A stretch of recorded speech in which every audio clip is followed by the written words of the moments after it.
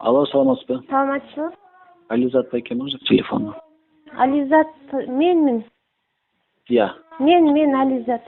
Ализат, Ализат это женское имя, что ли? Да. Хорошо. Это следователь Соломенинского рода вас беспокоит. Чергалбеков Тимирлан, старший лейтенант милиции. Вот там. В отношении вас заявление поступило, в отношении вас и в отношении вашего супруга. Угу. О том, что вы не даете соседям покоя. Атыңыз Ализат, Аджибаева Ализат. Нет.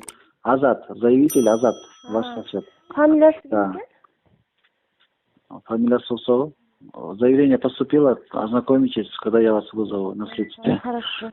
По статье мелкое хулиганство было возбуждено. И ваше дело направится в суд для того, чтобы избрать вам меру пресечения. И вас привели к уголовной ответственности. И вас посадят на 2,5 года. Доказательство было чакында. Кандай болот доказательство? Мен ешким алдыма барбасам, мен ешким алдыма келип чыр чыгарып кетип атса кайра. Тергөө амалдары башталды.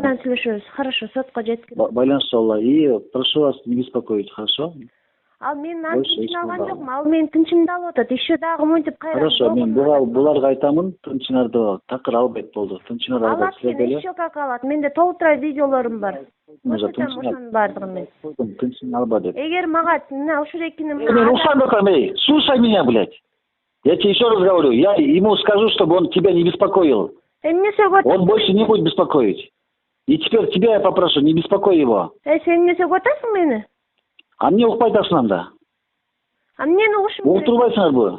Я вам еще раз объясняю. Он вас не будет беспокоить. Я ему объясню. Он доходчиво это все понял. Он больше тебя не будет беспокоить.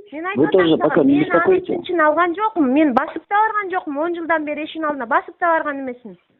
Кайра мен эшиктин алдына келип ызы чыр салып кетип атат.